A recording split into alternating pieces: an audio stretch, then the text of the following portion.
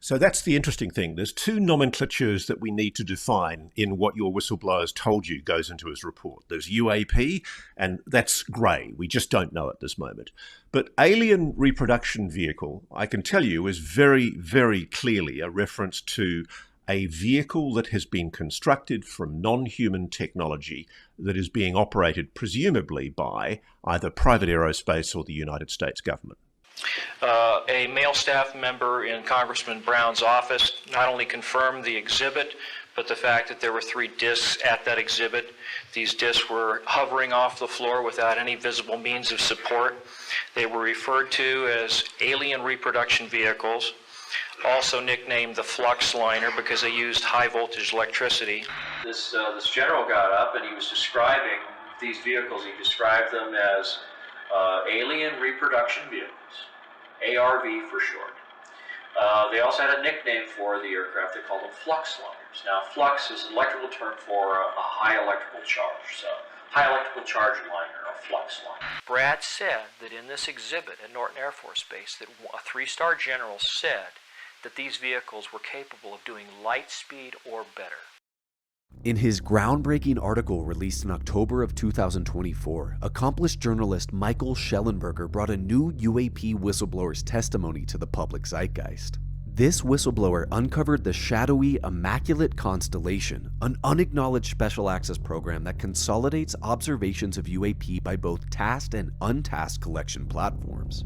The most groundbreaking aspect of this article to me was a single sentence mention of a term made famous by aerospace illustrator Mark McCandlish. Quote, "The report concludes that the existence of Immaculate Constellation demonstrates the extant capability to detect, quarantine, and transfer UAP and ARV, Alien Reproduction Vehicle, collection incidents before they are observed and circulated within the military intelligence enterprise," end quote. Many are familiar with the famous Alien Reproduction Vehicles, also known as Flux Liners, described by McCandlish as relayed by Brad Sorensen, who allegedly witnessed these 3 saucer-shaped craft reverse-engineered from non-human intelligence technology at a classified air show near Norton Air Force Base in 1988.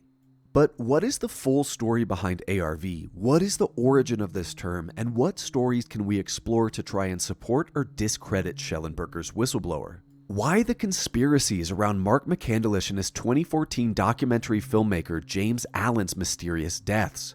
What can we learn from a truly consequential long-form interview primary witness Brad Sorensen gave in 1990, which I believe is the only time he ever spoke about the airshow outside of conversations with McCandlish? And why did Brad Sorensen tell me that I was next if I investigated this story further?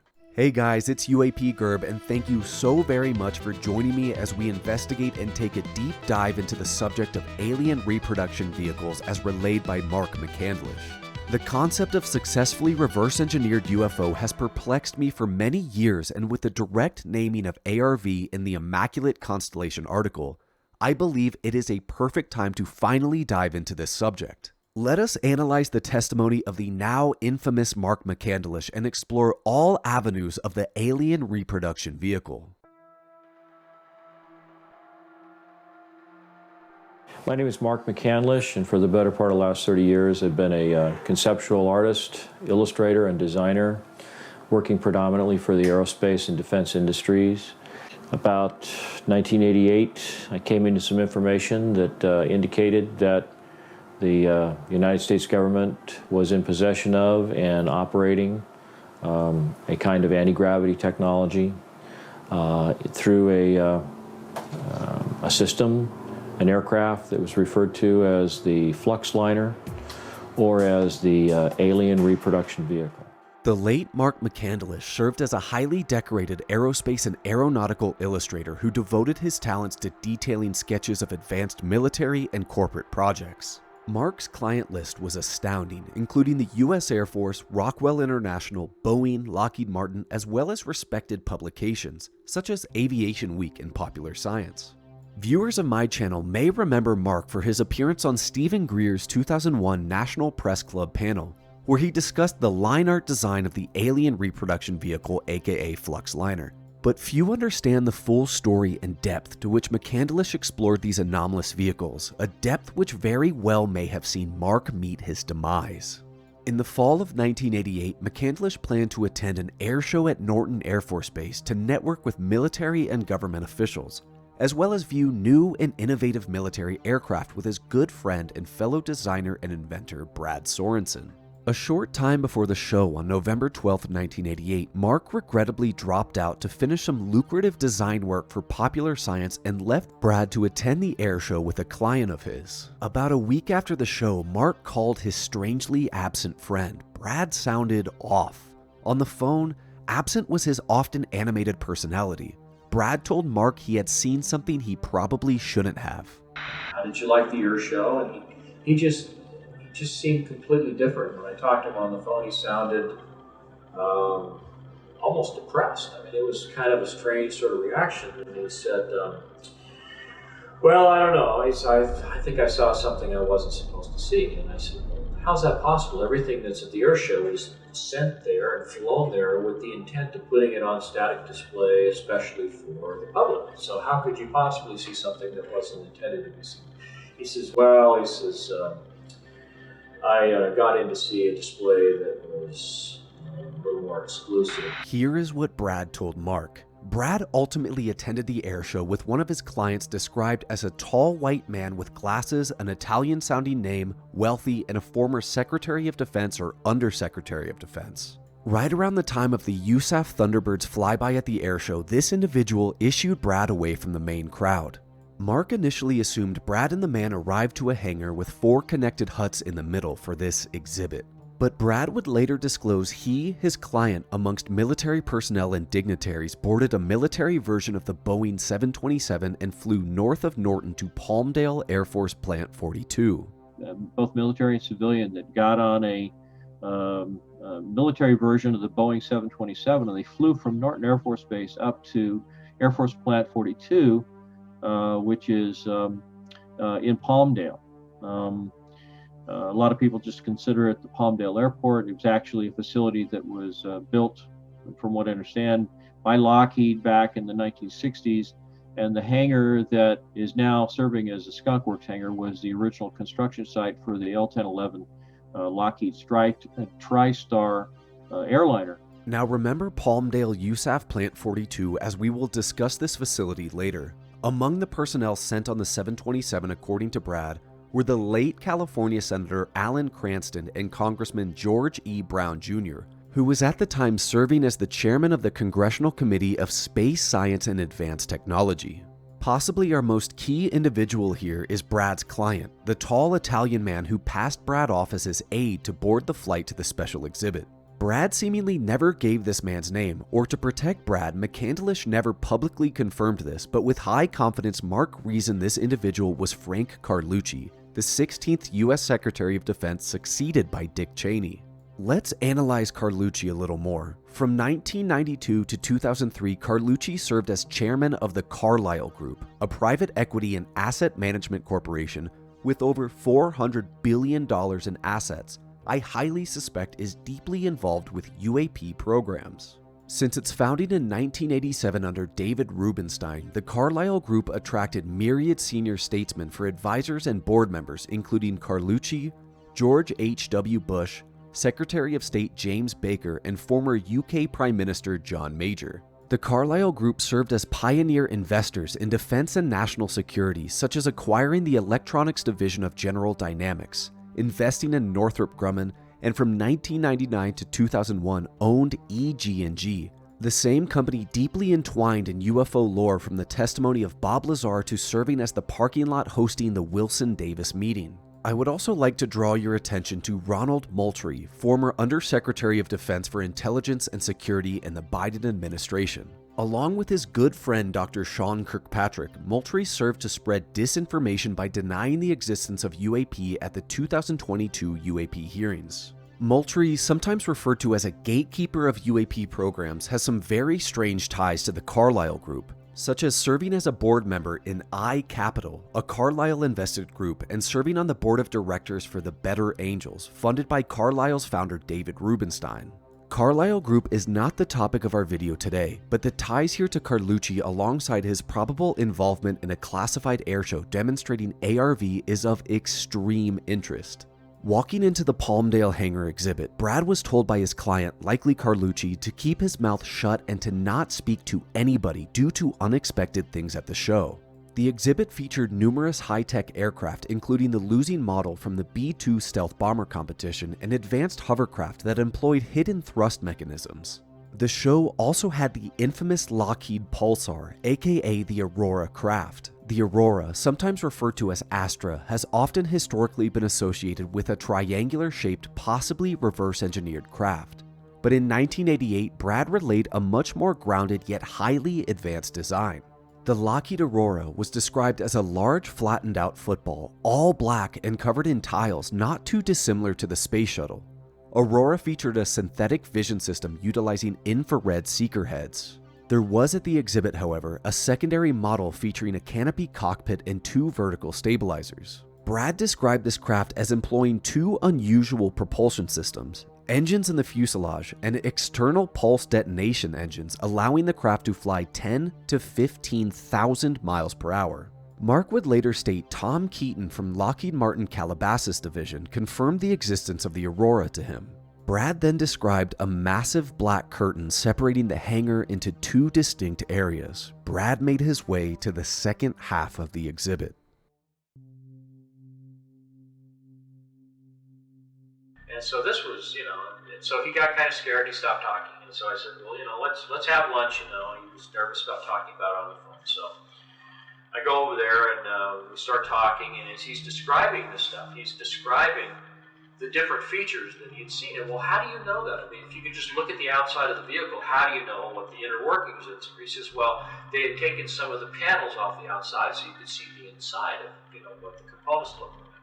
And he said it was remarkably simple. There wasn't that much to it. And I said, you were able to figure out how it worked from that? He said, well, no, they had an easel next to it with a drawing, a cutaway drawing, that showed some of the internal components, how they were arranged oriented to one another.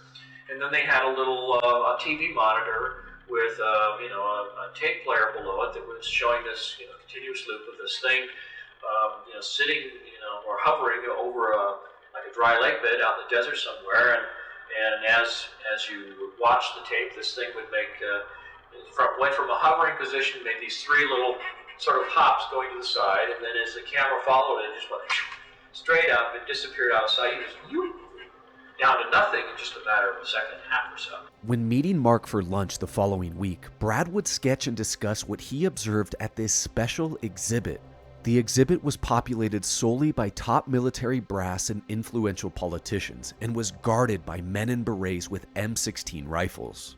Displayed were 3 flying saucers hovering off the ground, ranging in diameter from 20 to 24 feet to 120 to 130 feet, but identical in scale. Brad described the craft to Mark as looking like they belonged in the 1950s, appearing like a jello mold on the bottom with sloping sides, a dome on top, and a door that looked at home on a submarine. A 3-star general began to describe the vehicles to the attendees. The 3 saucers were called Alien Reproduction Vehicles, nicknamed Flux Liners. Each of the 3 craft had panels removed for attendees to view the craft's interior, and alongside the speaker's podium sat an easel showing craft blueprints, as well as a video player showing film demonstrating the ARV's capabilities. As Mark described, the film showed the ARV hovering over a dry lake bed before it would make 3 quick hops and jettison into the sky at astounding speeds. One of the things that this general had said during the presentation, one of the things that really stood out in Brad's mind was that he said that these vehicles were capable of light speed or better. Faster than light speeds is truly an astounding claim, so let's try and analyze the ARV in greater detail. Fortunately, as a designer himself, Brad would describe the Flux Liners in extensive detail to Mark, allowing the talented artist to make up high-quality blueprints and line art of the craft. It is important to note the difference between the ARV and historical UAP testimony. In numerous UAP and UAP crash sightings, craft are often described as rivetless, seamless, with no visible means of propulsion, often with a description of the vehicle looking 3D printed. This was night and day different to the ARV. Sorensen described the ARV as extremely worn, appearing to have been operating for decades. Chips were rampant in the lead paint coating of the craft, which seemed to serve to protect the crew from X-ray radiation, and the entire craft featured numerous smudges and fingerprints. Each of the 3 ARVs featured a crew compartment. The smallest design displayed 4 ejection seats attached to a vertical beam in the middle of the craft. The pilot utilized a strange ball control scheme to operate the craft, which allocated power to various parts of the craft's propulsion mechanism we will talk about shortly. The ARV featured no windows for pilot visibility. Instead, each saucer dome was outfitted with an array of bumps housing optical camera equipment. This fitted the craft with a synthetic vision system.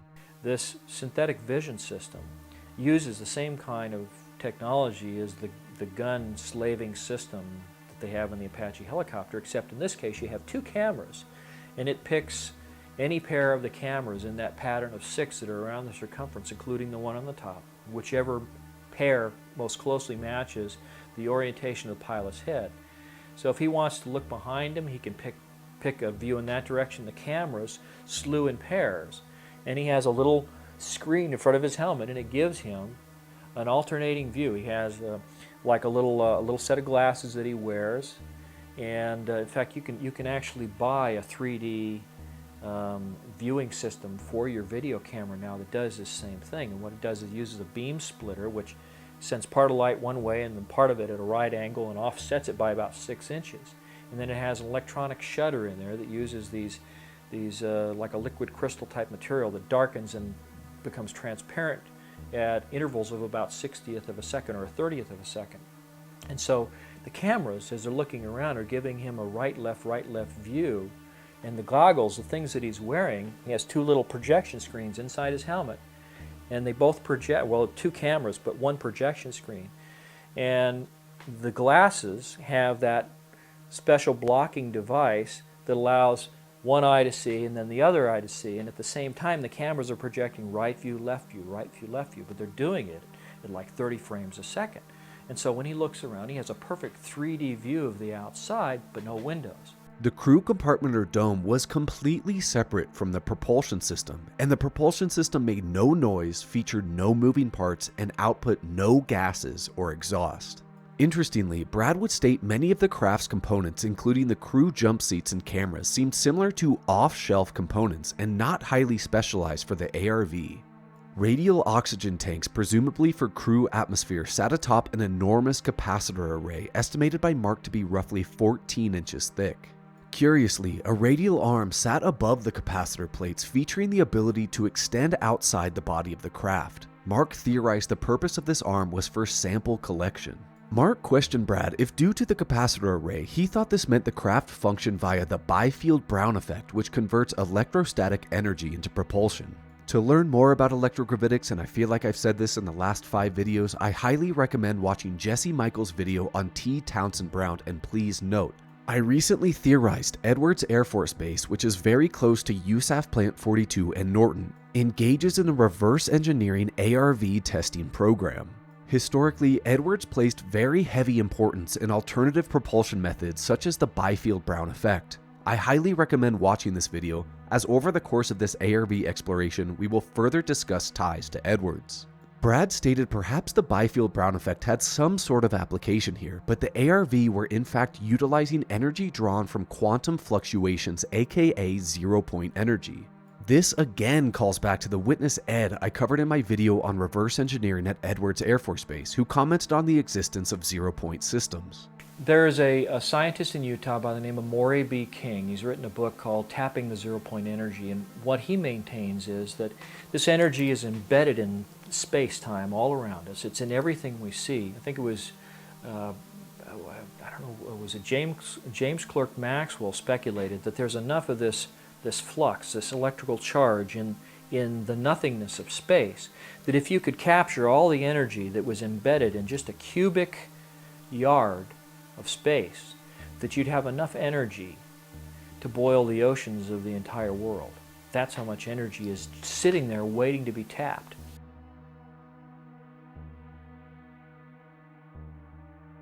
Before we continue with Mark's investigation, let's take a moment to recognize Mark is relaying secondhand information up to now on ARV. Why should we take him at his word, and do we have comment from Mr. Sorensen?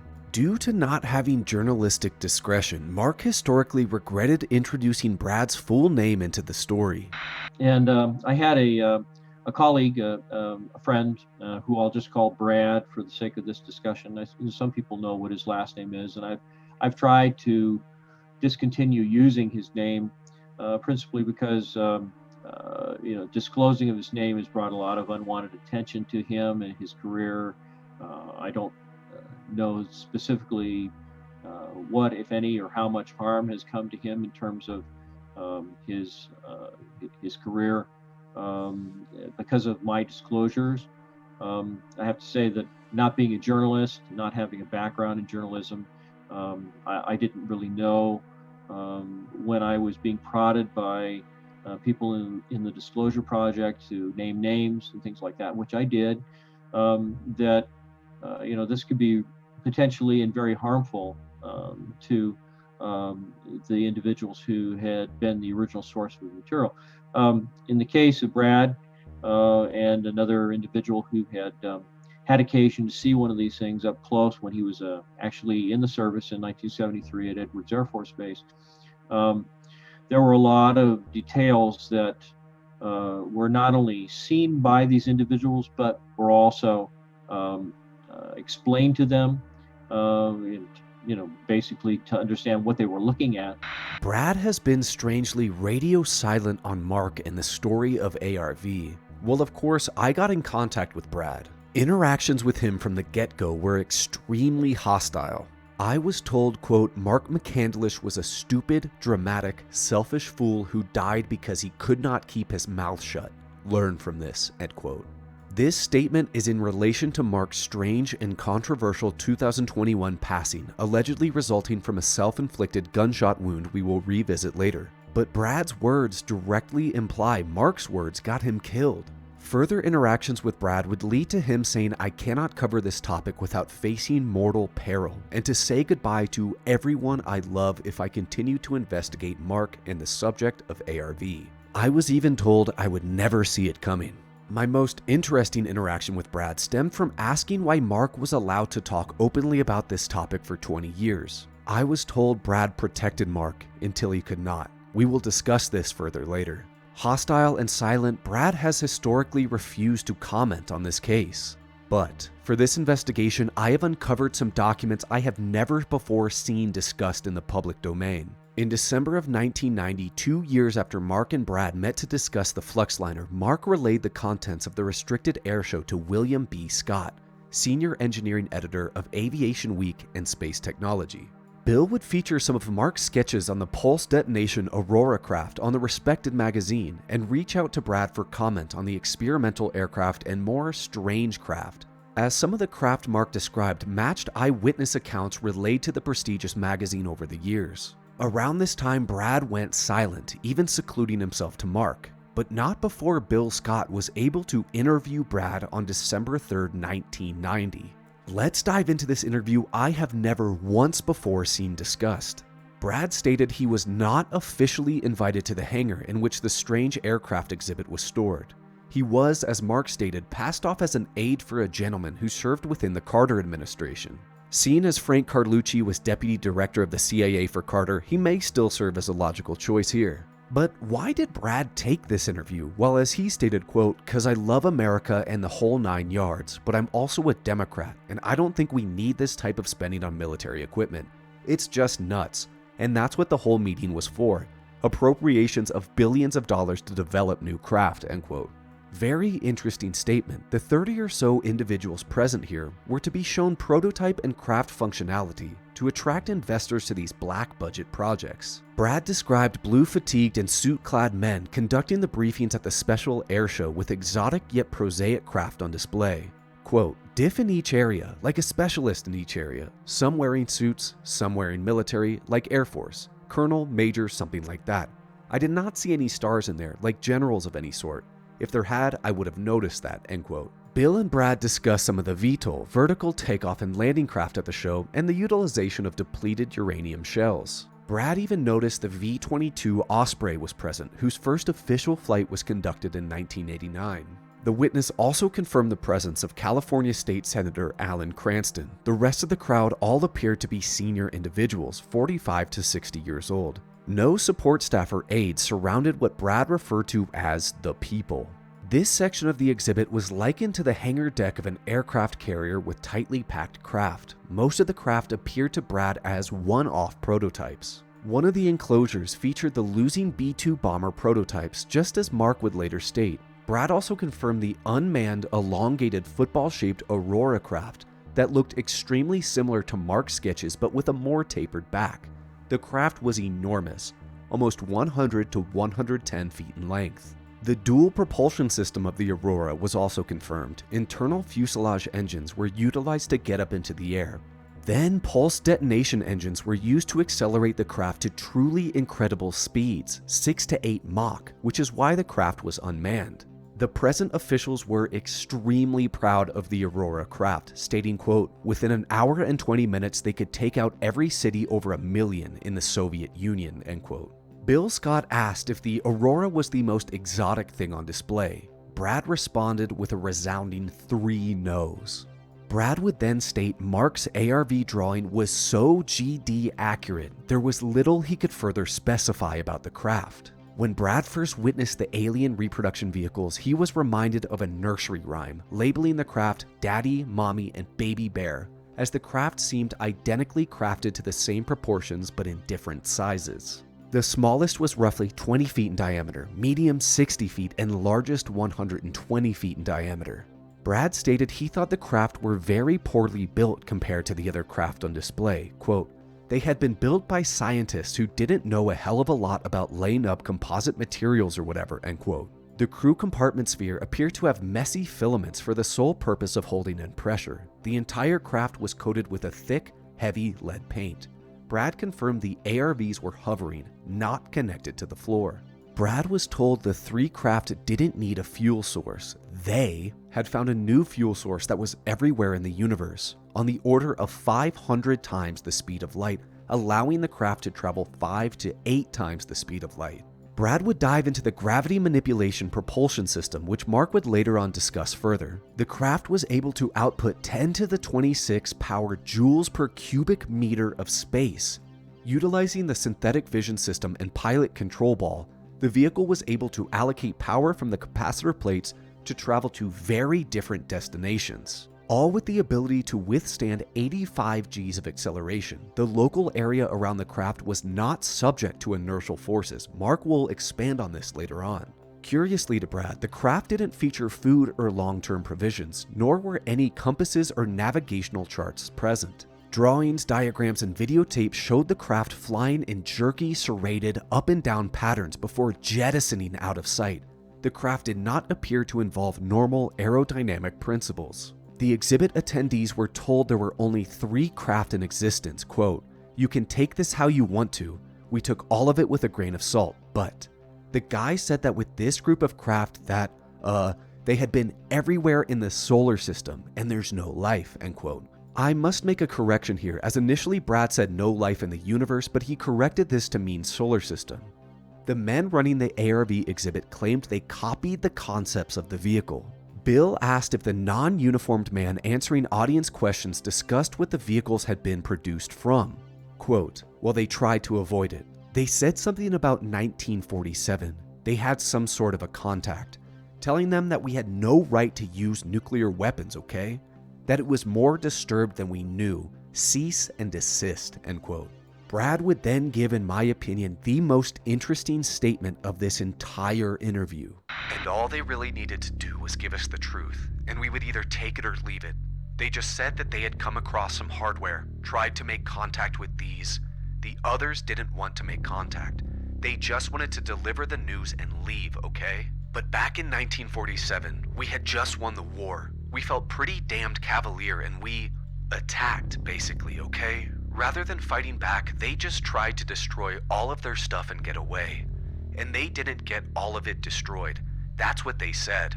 also said they couldn't really make those things that they found work, that they had to build their own, that this was built for our consumption, not theirs. Theirs was the wrong scale and the wrong, whatever. Bill says, so we just looked at theirs and built our own? Brad responds, based on what was seen. So it was not like a great R&D breakthrough.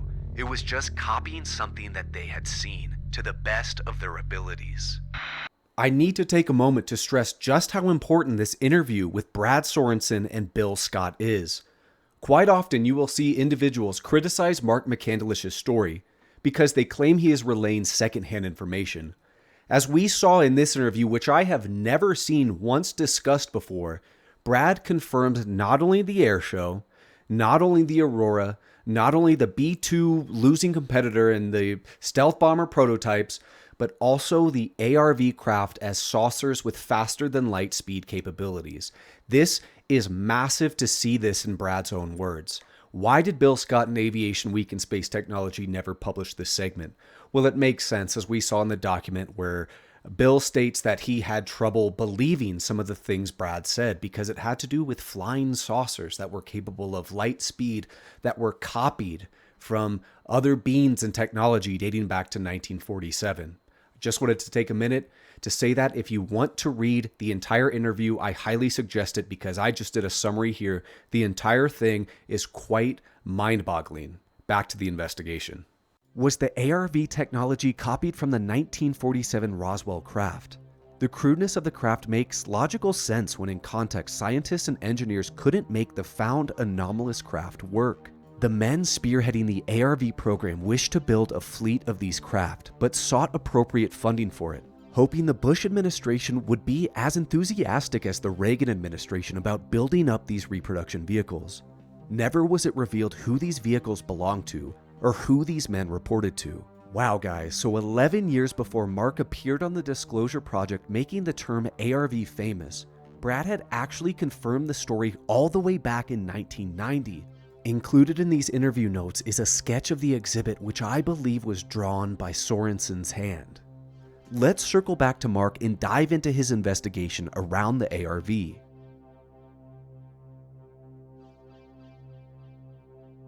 After listening intently to Sorensen and analyzing the rough sketches of the ARVs Brad drew on some legal paper, Mark got to work utilizing his legendary drawing skills to translate the ARV to traditional blueprint designs. Mark's work ultimately led to the now famous ARV Flux Liner cutaway drawing.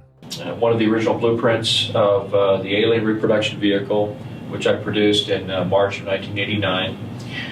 It was put together by accumulating a lot of verbal testimony from Brad and later from a number of other sources, including Ken Sellen and some other people that I talked to who had some contact or information about the vehicle.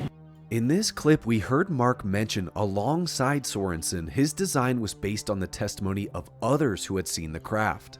In 2001, McCandlish would feature in Stephen Greer's National Press Club conference with his explosive testimony, as well as a Stephen Greer interview titled Blueprint for a UFO, where he would expand on additional sightings of ARV.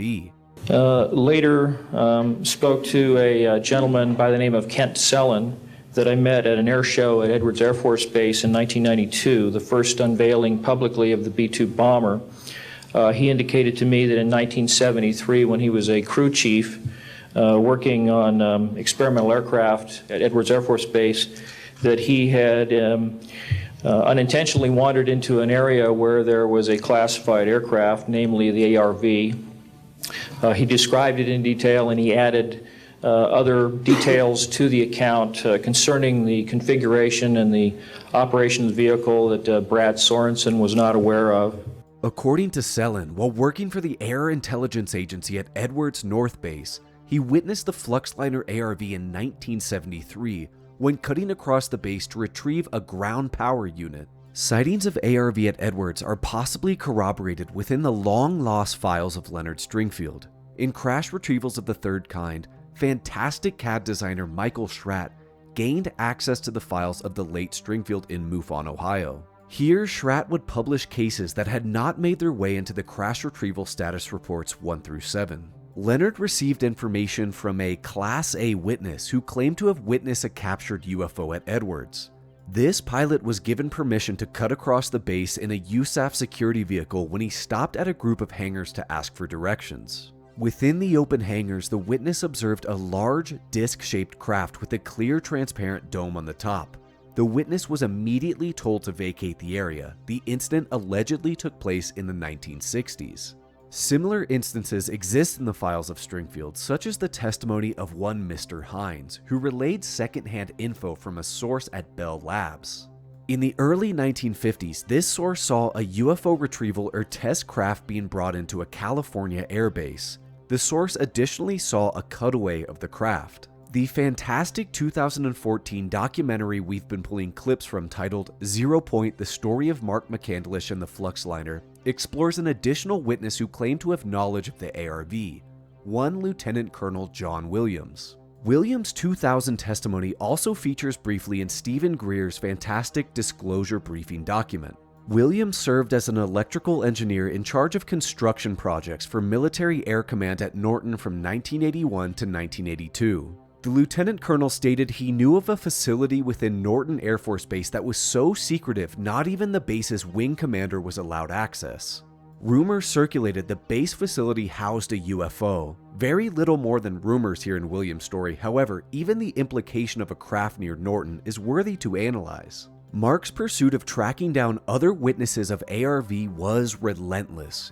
In 2001, on the Disclosure Project conference panel, Mark would display 2 original photographs obtained from USAF Captain Harvey Williams, who photographed a disc in 1967 while flying a C-47 at 12,000 feet over Provo, Utah. Mark would state the images accurately depict the ARV craft up to the synthetic vision systems on the crew component of the craft. Mark utilized these photographs to highlight how the synthetic vision system may have changed from 1967 to 1988. As mentioned before, many components of the 1988 ARV as relayed by Brad utilized off-shelf components, including the synthetic vision systems and surrounding acrylic bubble. Mark reasoned due to cameras being much larger in 1967, the vision system bubbles would need to be much larger as well to accommodate these devices. Interesting to analyze this possible ARV evolution. Later on, I obtained photographs that were taken in 1967 by a military pilot, Harvey Williams, flying a C-47 for the Air Force at 12,000 feet, approximately 25 miles southwest of Provo, Utah. This particular vehicle matches the so-called ARV in all proportions and respects in terms of the detail of the shape of the craft. I would like to quickly highlight Provo, Utah is under 100 miles from Dugway Proving Grounds, a location I have covered previously. Witness MS claimed to have observed a hovering craft at the Dugway Aviary Building and also knew of a DUM, a deep underground military base engaging in UAP programs under Dugway's main facility. From 1988 to his passing in 2021, Mark's insatiable curiosity would lead him to devoting much of his life to discovering how the ARV functioned. He would draw parallels to possible Nazi flying saucer technology and Die Glocke, patents filed by associates of T. Townsend Brown, and even technology possibly discovered by the great Nikola Tesla. Mark's research led him to hypothesize an elegantly simple yet crude design. The ARV system, for all of its claims of flashy, out-of-this-world propulsion capabilities, was indeed remarkably simple. It could be described as a large-scale, souped-up Tesla coil, designed to negate gravity and inertia, with off-the-shelf navigation and life support systems bolted on, almost as an afterthought. You could think of it as the Model T of anti-gravity vehicles, an industrial dune buggy, or crude hot rod that can get you to Mars in a few minutes. In this version at least, first-class seating was still a way off. The most complicated aspect of the ARV to Mark seemed to be the pilot's control system. The sphere itself appears to be a kind of a domed arrangement where you have a number of fiber optic leads that come into the sphere, and for each one of the 48 capacitor arrays there's a series of sensors that are then used to sort of relay information to the individual plates. And so then on the bottom of this you have a bowl that moves around and can be used to convey the commands of the pilot in terms of what he wants to do in terms of shaping the field around the vehicle. And right in the center of that bowl is a kind of laser diode that sends a laser beam up into the underside, the inside of this sphere. And so as the bowl moves, that laser is sort of scanning around on the inside of the different sensors that are responsible for each of the capacitor sections. Then there's a series of relays that'll open up and close and let a certain amount of energy in, or prevent it from going in.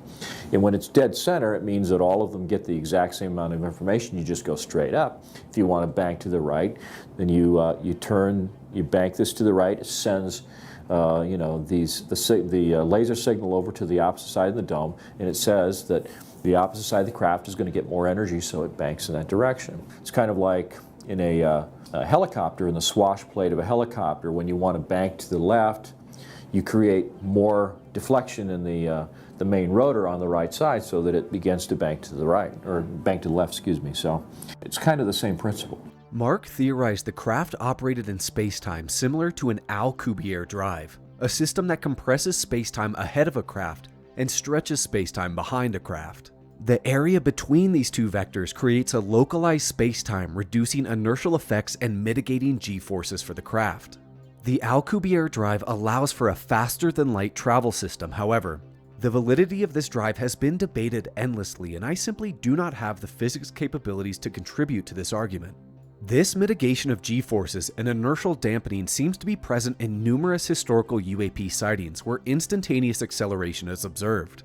Perhaps a localized space-time pocket is indeed possible with NHI and ARV craft, and I'd like to leave you with some words by former Northrop Grumman Deputy CTO and Colonel of Army Futures Command Carl Nell. The second point is faster than light travel. Everybody says faster than light travel is not possible. This is false. Miguel Alcubierre, a postgraduate student at the University of Mexico in 1994, solved Einstein's equations for an effective faster than light mechanism. NASA has investigated this. Everyone accepts his solution as valid. These performance characteristics draw my attention to Estimating Flight Characteristics of Anomalous Unidentified Aerial Vehicles by Professor Kevin Knuth. In this paper, PhD Professor Knuth estimated the g-forces experienced by the Tic Tac craft in Commander David Fravor's 2004 sighting. G-forces experienced by this craft when it dropped from a high altitude to sea level were estimated to reach in excess of 5,500 Gs. For reference, our best ballistic missiles can experience but a fraction of these G-forces before ripping themselves to shreds. Mark's research would ultimately lead to a 2015 lecture at the Secret Space Program titled The Feasibility of Interstellar Travel. The summary of this discussion states, quote, how back-engineered off-world technology created powerful leverage for corporations to take over control of world government, establish an internationally manned secret space program, and break away civilization, end quote. Even though first-hand witness Brad Sorensen stated the enigmatic men showing off the ARV claimed the craft had explored our solar system, this is a very charged statement by Mark.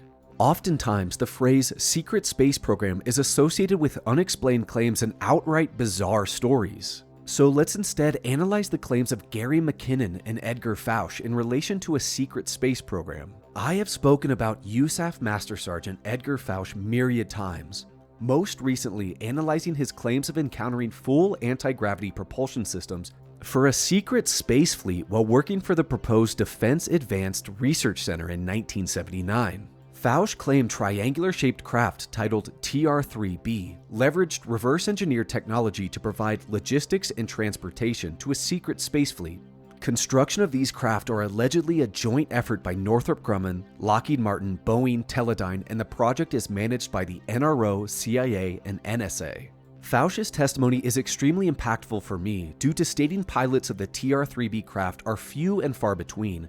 These elite pilots are plucked from the Edwards 412th Test Group Test Pilot School. I recently did a whole investigation into this subject, and with high confidence in this project's validity, I explored a joint research project between Edwards Air Force Base and Nellis Air Force Base focused on testing reverse-engineered craft and technology of non-human origin. This project I explored employs contractors such as Lockheed Martin and Boeing, skims funds off the F-35 fighter program, operates over restricted airspace such as the Nevada Test and Training Range, and employs the Edwards 412 Test Pilot School and Electronics Warfare Group.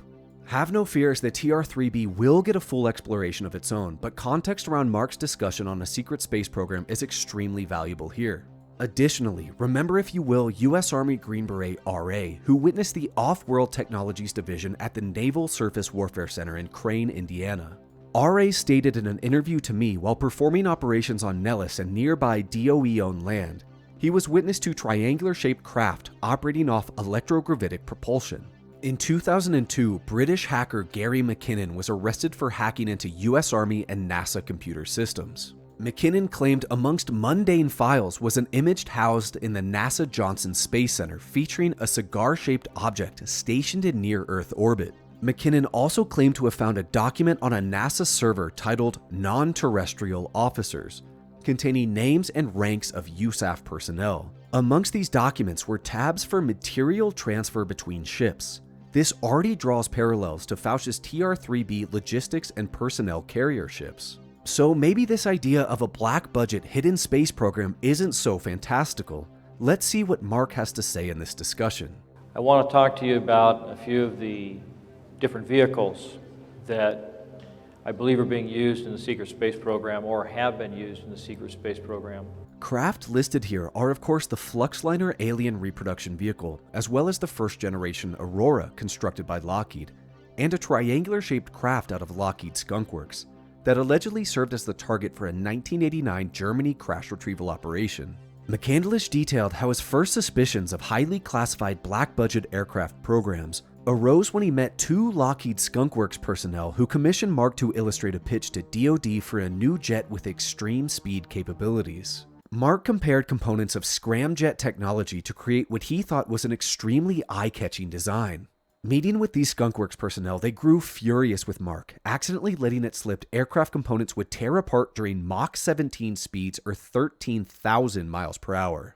And remember, this was before Lockheed became Lockheed Martin, so this incident occurred even before the Sorensen ARV incident. For reference, the world's fastest jet, the unmanned NASA X-43, reaches a top speed of Mach 9.6 or 7,366 miles per hour. And the world's fastest manned jet, the SR-71 Blackbird, reached solely Mach 3.3 or 2,193 miles per hour. Mark moved on to discuss in great detail Sorensen's ARV experience in 1988. Not a ton of new information here we haven't already covered. Mark did touch on the interesting point that Brad and most likely Frank Carlucci flew a short flight to Palmdale Air Force Plant 42 to view this special exhibit.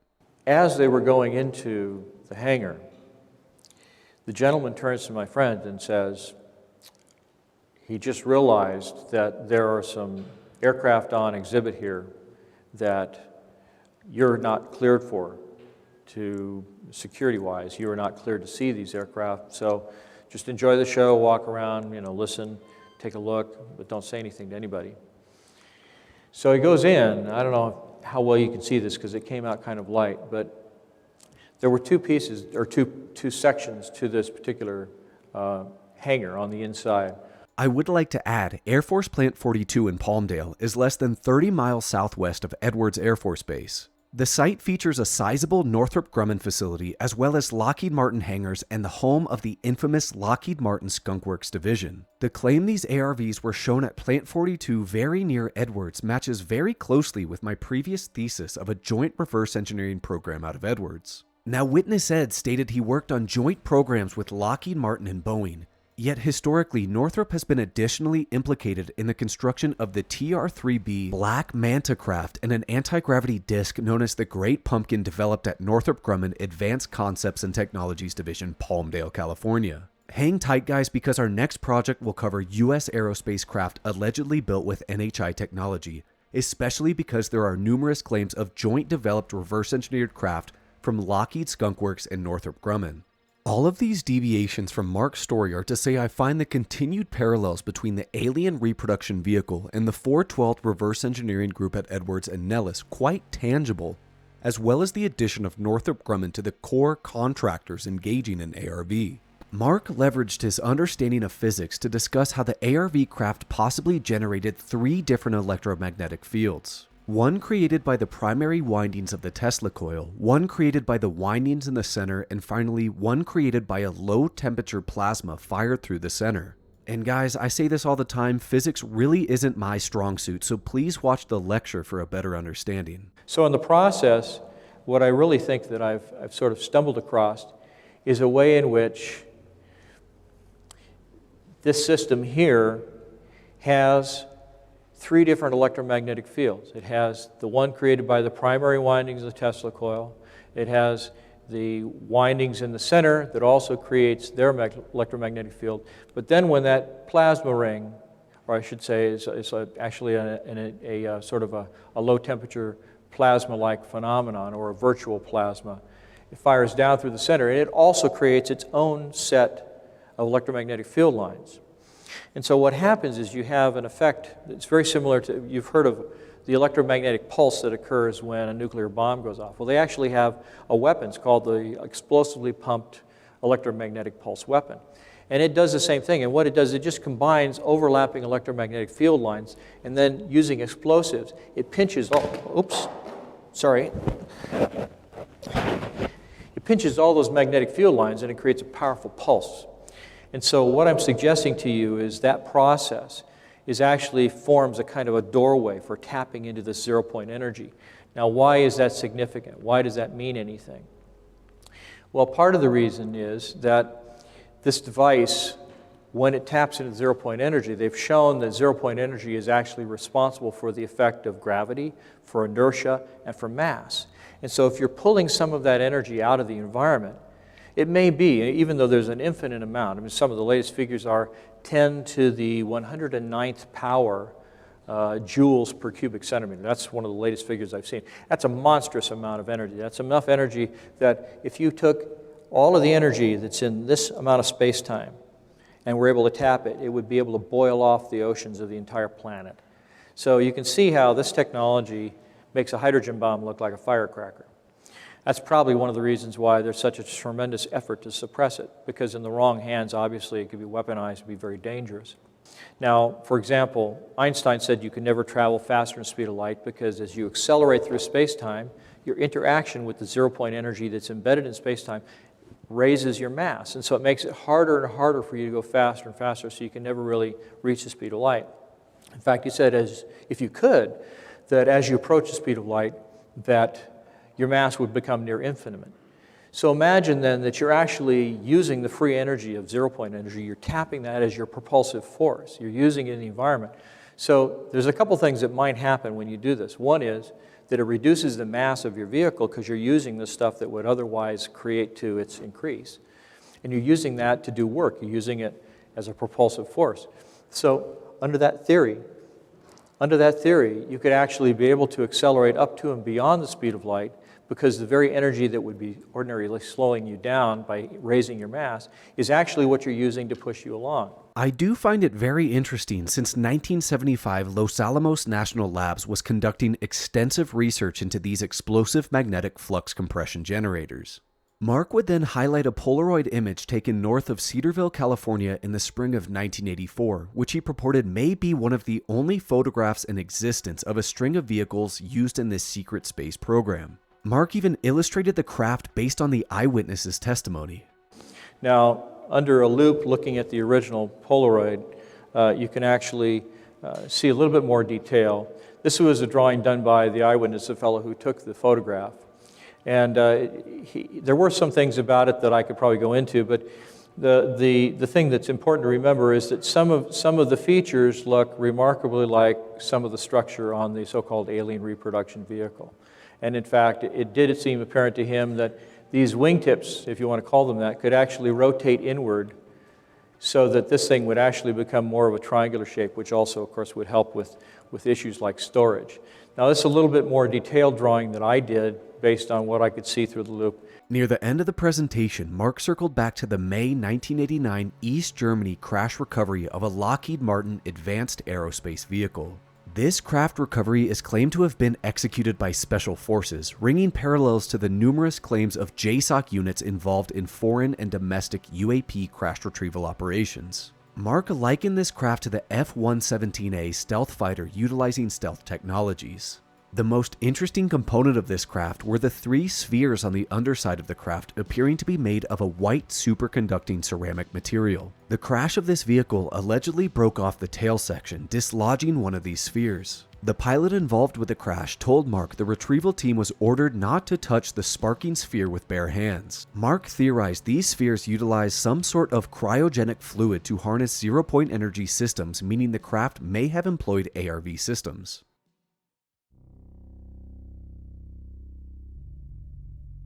When I finally did get around to making a copy of this original drawing in the form of blueprint, I sent a copy to Brad.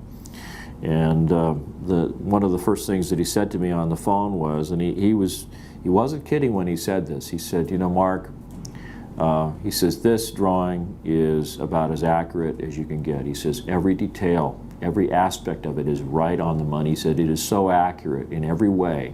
He says, "This has to be probably one of the most dangerous illustrations you've ever done in your life." And he says, "And if you're smart," he says, "you'll tear up the original, you'll throw it away, and you'll never talk about it again." After Mark appeared on the 2001 Disclosure Project speaking openly to the world about the Alien Reproduction Vehicle, he got the strange feeling his activities were being monitored. Mark was called and warned to stop doing what he was doing, and one by one he lost all of his defense clients. Mark reasoned he understood why some corporations and individuals may not have wanted to be associated with somebody speaking about flying saucers. Further attacks would see Mark threatened on the phone and his money and cars taken by the IRS. Mark would carry a heavy feeling of guilt and regret, including Brad Sorensen's name, stating he was almost coerced by Dr. Greer not to protect names.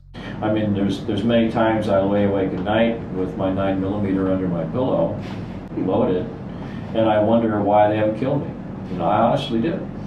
As we discussed earlier, I have played many clips from the fantastic documentary 0 Point: The Story of Mark McCandlish and the Flux Liner by the late filmmaker James Allen. This documentary discusses strange deaths of free energy pioneers such as fundamental physicist Stefan Marinov, who fell out of a window in 1997. Cold fusion researcher Eugene Malov, who was beaten to death in 2004, 0 Point field investor Ari Degus, who was found dead in his car in 2007, and star drive inventor Mark Tomayan, who died unexpectedly in 2009 after a successful demonstration of his prototype.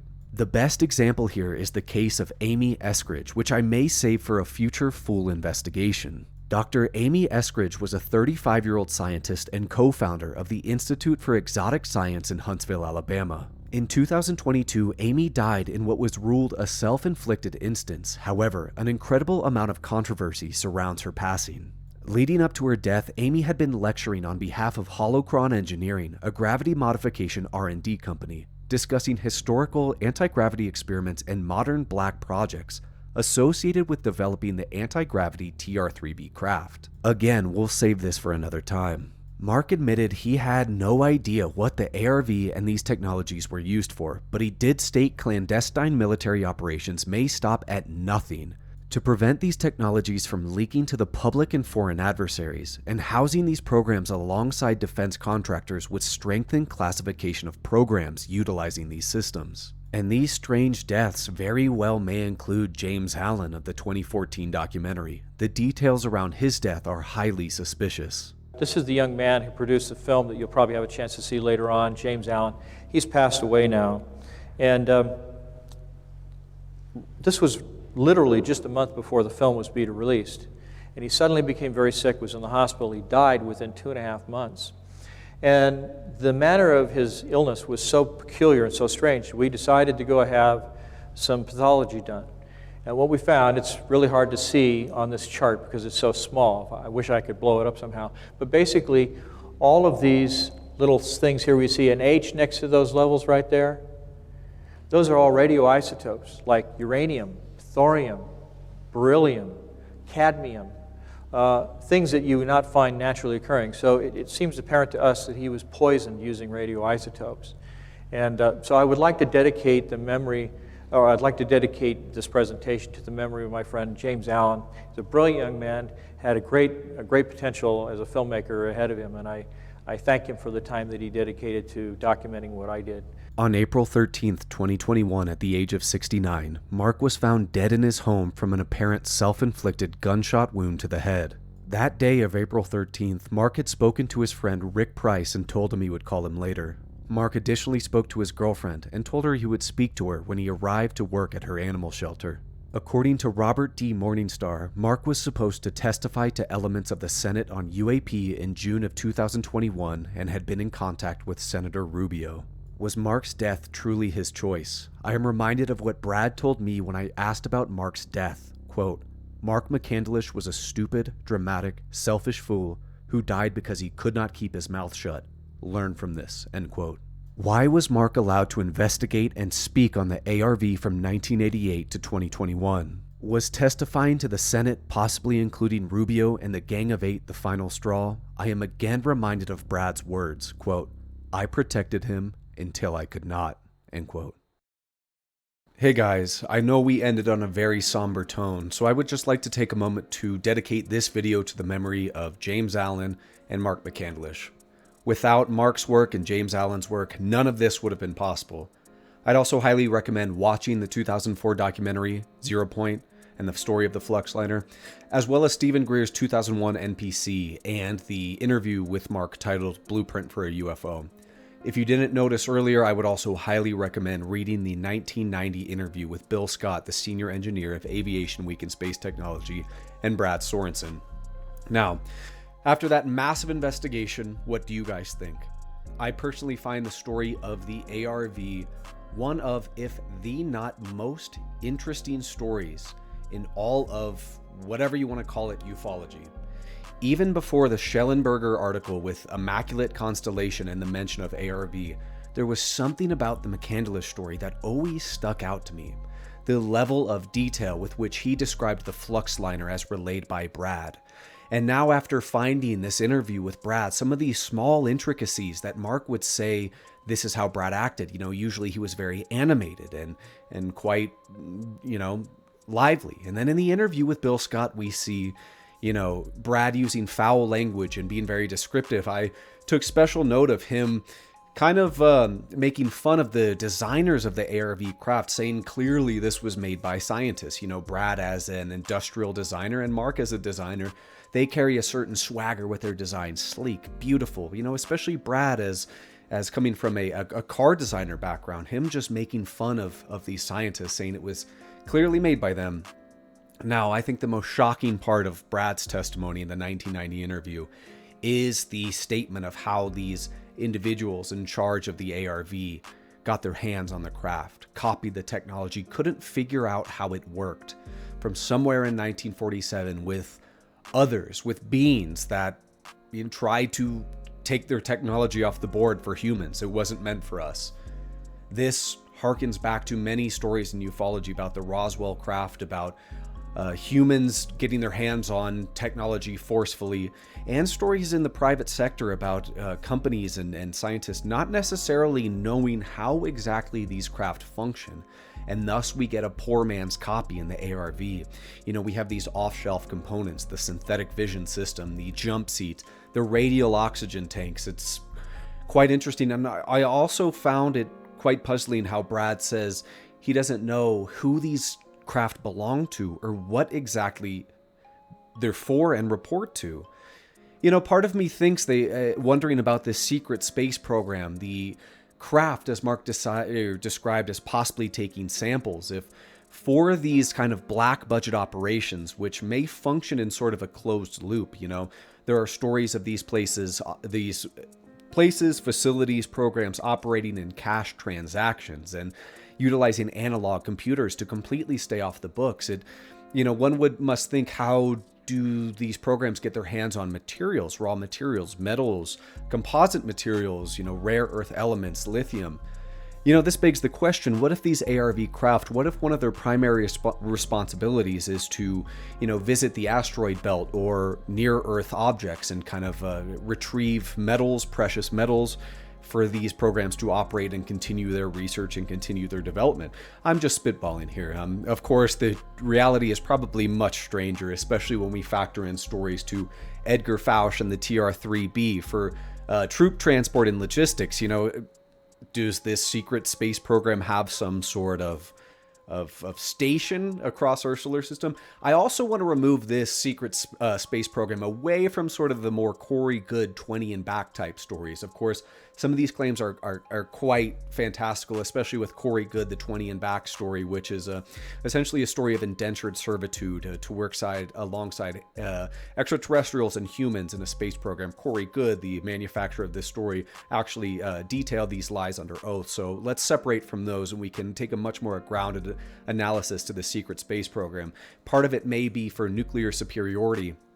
In the secret space program talk, Mark talked that the Aurora craft was actually a part of this program, and the Aurora, you know, may have its place in this program due to the nuclear strike capabilities, as Brad described, and they could destroy any city in the Soviet Union with a population over 1 million in under 2 hours.